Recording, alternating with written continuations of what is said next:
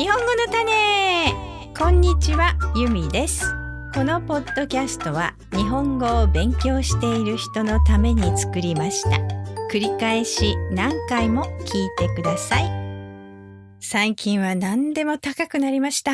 高いですね。値段のことです。物の値段がものすごく高くなってきました。インフレのせいですね。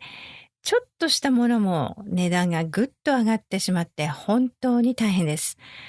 ここ最近ちょっと有名なのが卵ですね。卵がずいぶん高くなってしまいまして、卵一つ食べるのもちょっともったいないなと思ってしまうぐらいお値段高くなりました。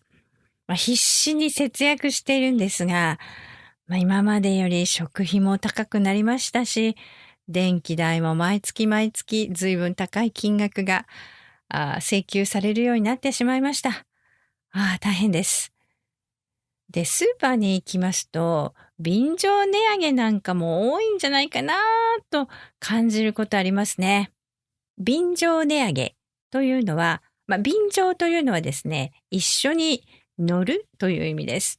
例えば、タクシーや車などに便乗させてくださいって頼むことがあります。便乗一緒に乗せてくださいという意味ですね。で、便乗値上げっていうのは一緒に値上げしますということです。あまり値上げしなくてもいい会社でもですね、これだけ他のものが値上げしてるんだからうちも上げちゃおうねっていう、そういうことです。ねえ、大変です。インフレは辛いですね。最近クレイがちょっと目が見えにくくなったというので、目の検査に行きました。そして新しいメガネを購入したんですが、フレームやレンズなどを選んでですね、こういうフレームで、レンズはこういうレンズでこういう機能をつけようなんていうふうに選んでですね、さあいくらですかと聞いたところ、お店の人に$870ですと言われました。$870ですよ。日本円にするとおよそ11万円です。11万円のメガネです。なんかすごく高級な感じ。なんかジュエリーが鼻の上に乗っかっているという感じでしょうか。無理。$870は無理。買えない。と私がはっきりごねたところ、クレイはレンズのレベルを下げて、いくつか機能を取ってシンプルなものにして、さらにお店の人もですね、値引きをしてくれました。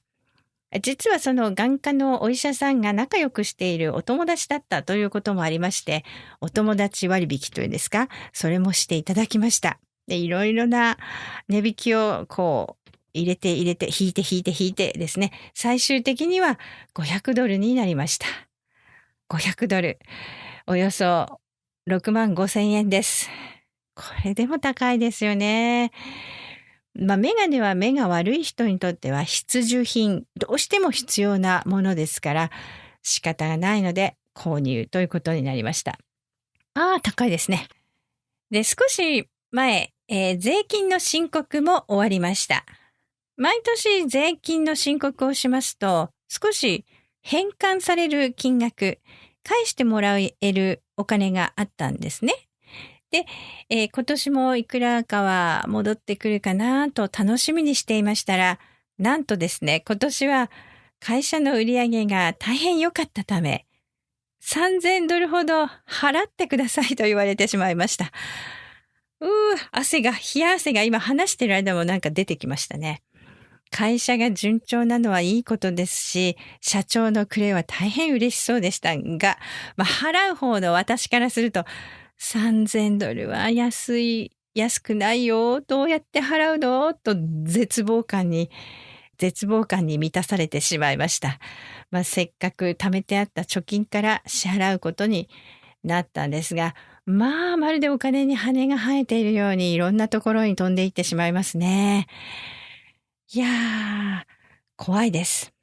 でも会社が順調ということですから、これは喜ぶべきところですね。日本語を勉強している皆さんのおかげです。本当にありがとうございます。引き寄せの法則とかアファメーションという言葉をご存知でしょうか。この引き寄せの法則、強く何かを願っていると潜在意識にその思いが浸透していつの間にか願いが叶う、思っていたことが実現するという法則なんだそうです。それからアファメーションはもうポジティブな言葉、自分は何でもできるとか、なんとかなるっていうような言葉を毎日毎日聞き続ける。そうすることによってこれもまたそれが現実になるというものなんですね。思いが本当になる、現実になるということなんですが、ポジティブシンキングなんていうふうにも言われるんでしょうか。調べてみると科学的根拠というのは全くないそうなんですが、それでも実際に試してみたら本当に実現したという人が多数いらっしゃるということなので、私も少し前からやっています。寝るときに私は大丈夫。何があってもなんとかなる。何もしなくてもお金が入ってくる。なんていうですね、積極的な言葉をずっと聞きながら寝ているんです。でもこのアファメーションの中でも一番大切なのはありがとうとか感謝をすることだそうです。本当にちょっとね、今税金も払わなくちゃいけないし、メガネも随分高いですし、電気代も高い、食費もかかる。でもありがとう。なんとかなります。本当に皆さんのおかげです。ありがとうございます。日本語の種もこうやって最後まで聞いてくださって本当にありがとうございました。毎日毎日皆さんに感謝してますのでね、これからも日本語の種聞いてください。